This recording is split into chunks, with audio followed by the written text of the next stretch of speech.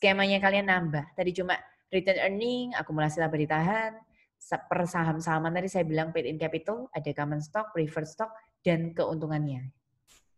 Ada satu lagi ya, istilah yang harus kalian kenal hari ini, namanya treasury stock. Apa itu treasury stock? Bahasa Indonesianya saham treasury. Sahamnya perusahaan kita yang kita beli sendiri, itu namanya treasury stock. PT Indofood membeli sahamnya PT Indofood sendiri.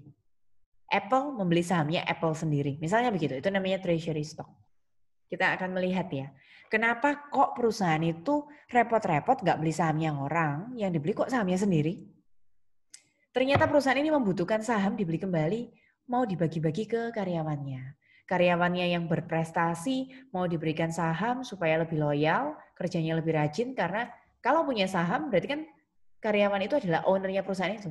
Nah kalau karyawan sama owner kan tentu saja lebih rajin owner ya. Jadi karyawan yang berprestasi itu digandeng biar punya saham, biar semakin merasa memiliki perusahaan, kinerjanya semakin bagus. Atau buat mancing supply demand di pasar saham teman-teman.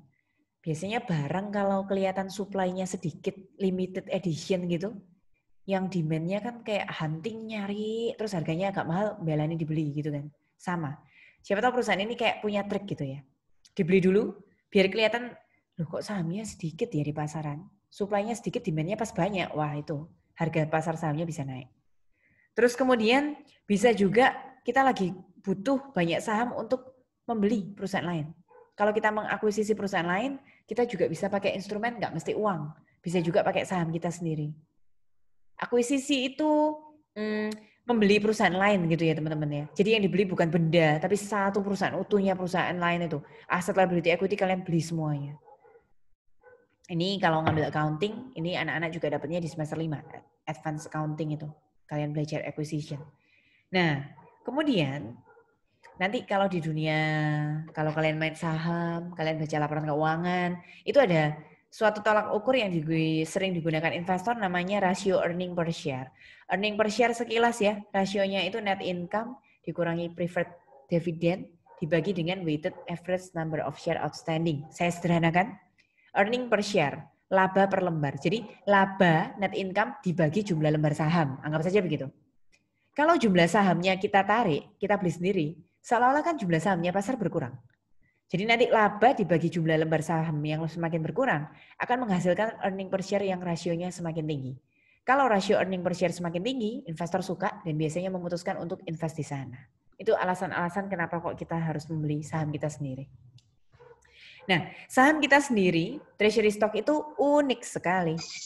Kalau yang lainnya saldo normalnya kredit bertambahnya, treasury stock itu kontra equity. Jadi treasury stock itu unik. Equity tapi saldo normalnya debit karena sifatnya selalu mengurangi, reduce stockholders equity.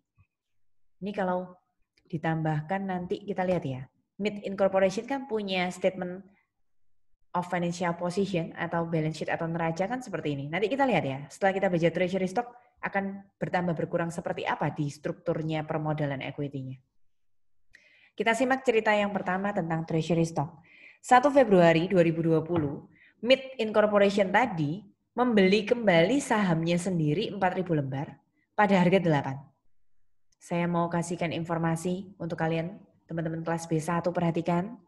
Kalau MIT membeli sahamnya sendiri, jangan pernah pakai par value, jangan pernah pakai informasi tipuan apapun, gunakan dia belinya itu dengan cost alias korban uang berapa.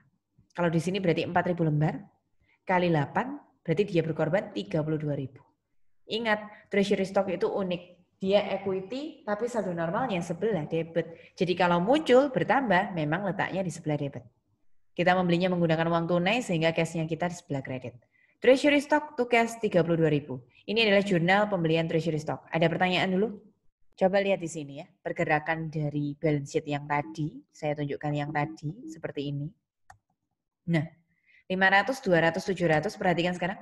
500-nya tetap, 200-nya tetap. Nah ini, muncul treasury stock. Treasury stock itu debit, sifatnya selalu mengurangi equity. Gini loh cara peletakannya. Common stock-nya nggak terganggu ya. Tapi 700 total itu harus dikurangi 32 jadi 668. Itu presentation ya. Itu bagaimana kalau kita membeli saham kita sendiri. Kemudian kita lanjut. Kalau tadi itu bagaimana kita membeli treasury, sekarang kita mau lepas treasury. Jadi sahamnya sendiri, habis dibeli sendiri, dijual lagi ke pasar. 1 Juli, Mid Incorporation menjual 1.000 lembar treasury stoknya tadi, kan beli 4.000, tapi nggak semua langsung dilepas. 1.000 dari 4.000 dulu yang dilepas. Sebelumnya kan kita memperoleh previously acquired, kita belinya dengan harga 8. Nah, ini beruntung ini. Dijualnya 10. Kalau beli treasury stock, cash-nya keluar di kredit. Kalau jual, balik. Cash-nya yang justru kita terima di debit, treasury stock-nya yang di kredit. Cash bertambah, aset bertambah di debit, senilai 1.000 kali harga jualnya 10. 1.000 kali 10, 10.000. Treasury stock, equity. Equity kalau muncul di sebelah kredit. Apakah begitu? Tidak kalau untuk treasury. Treasury stock itu kan kontra equity. Muncul dia di debit.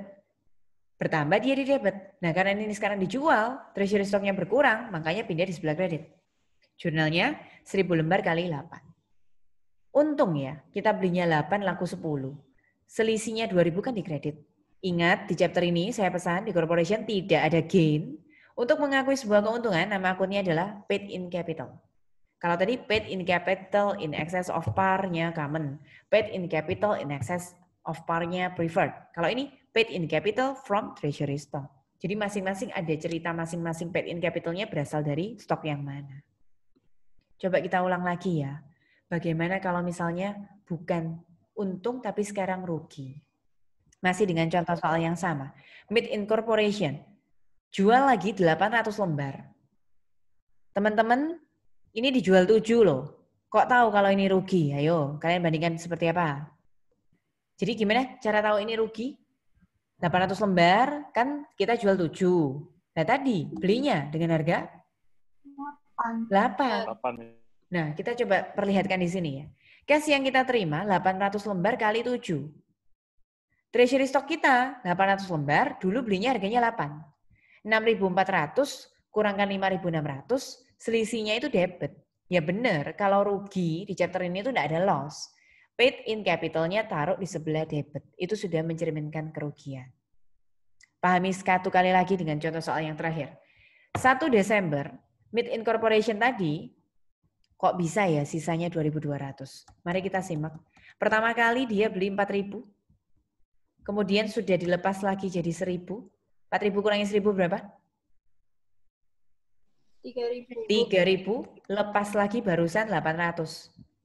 Jadi 3.000 kurangi 800 berapa? 2.200. Nah ini makanya ketemu 2.200 ya. Jadi sisanya 2.200 dijual semua pada harga 7. Untung apa rugi nih? Rugi. Rugi. Kenapa rugi? Karena 2.200 lembar dijual 7, padahal belinya tadi berapa? 8. 8. Mari kita simak uang cash yang kita terima 2.200 kali 7. Treasury stock 2.200 kali 8. Ya.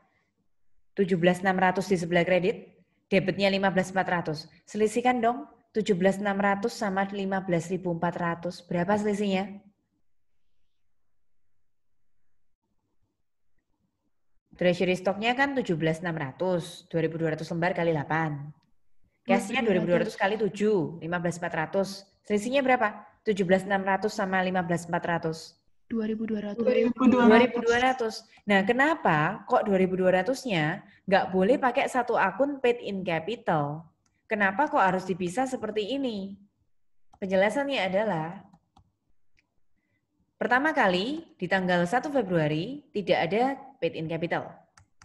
Di tanggal 1 Juli, kita pertama kali muncul paid in capital di kredit 2.000. Selanjutnya, di 1 Oktober, paid in capital yang tadi muncul 2.000, perhatikan di account ini, 2.000, kan sudah kita debit 800. Jadi sisanya cuma 1.200. Jadi kalau kalian butuh 2.200 selisihnya tadi, nggak cukup. Paid in capitalnya hanya tersedia 1.200. Limited tersedianya hanya 1.200. Sisanya karena membutuhkan 2.200, 2.200 kurang 1.200 berarti kurang $1.000. $1.000 harus mau ditombokin sama akumulasi laba ditahannya perusahaan. Ingat, return earning kalau sampai di debit itu bukanlah suatu hal yang baik. Return earning itu bertambahnya di kredit. Kalau sampai dia terjun turun tangan menambal kerugiannya ini, berarti ini suatu peristiwa yang buruk. Itu yang bisa saya sampaikan tentang treasury stock.